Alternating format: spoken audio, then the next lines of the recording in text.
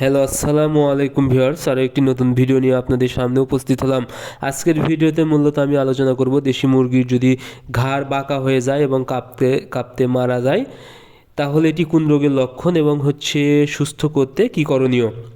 আপনারা যারা দেশি মুরগি পালন করে থাকেন, অনেক সময় দেখা যায় দেশি মুরগির ঘাড় একদম বাঁকা হয়ে যায় এবং মুরগি কাঁপতে থাকে, মুরগি খেতে পারে না।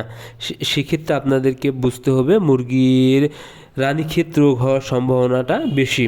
এবং এর সাথে যে লক্ষণগুলো প্রকাশ পাবে, মুরগি সবুজ পায়খানা করবে এবং মুরগি ঝিম মারবে এবং মুরগি একদম খাওয়া ছেড়ে দিবে এবং মুরগি কিন্তু 24 ঘন্টার মধ্যে মারা যাওয়ার সম্ভাবনা থাকবে।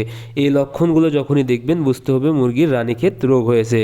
এখন এই রোগ হওয়া সাথে সাথেই কিন্তু মুরগি আক্রান্ত হয়ে যায় এবং খুব দ্রুত মুরগি মারা যেতে পারে। এই জন্য মুরগির যখনই এই লক্ষণগুলো প্রকাশ পাবে তাৎক্ষণিক কিন্তু আপনাদেরকে মুরগিকে সুস্থ করা এবং চিকিৎসা করা অত্যন্ত জরুরি।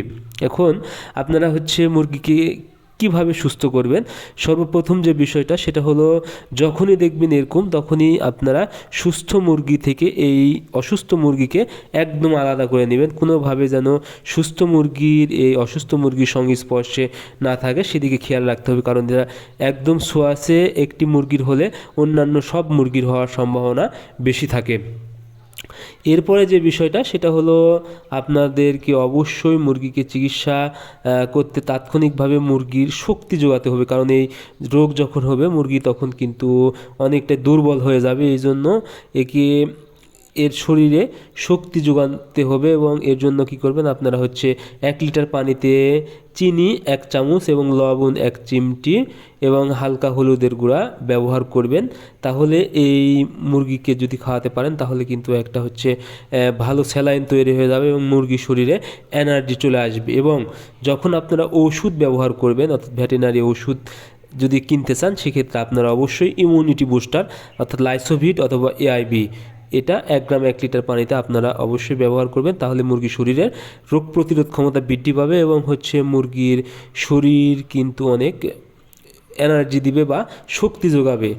এরপরে আপনারা ওষুধ হিসেবে রসুন 1 গ্রাম 1 লিটার পানিতে, আদার রস এবং নিম পাতা এবং হলুদের গুঁড়া ব্যবহার করবেন। তাহলে কিন্তু মুরগির যে দ্বিতীয় ইনফেকশান অর্থাৎ এই রোগের ভাইরাসটা মুরগির শরীরে বৃদ্ধি তা কিন্তু ঠেকাবে। এতে করে কি হবে, মুরগি কিন্তু একটু যদি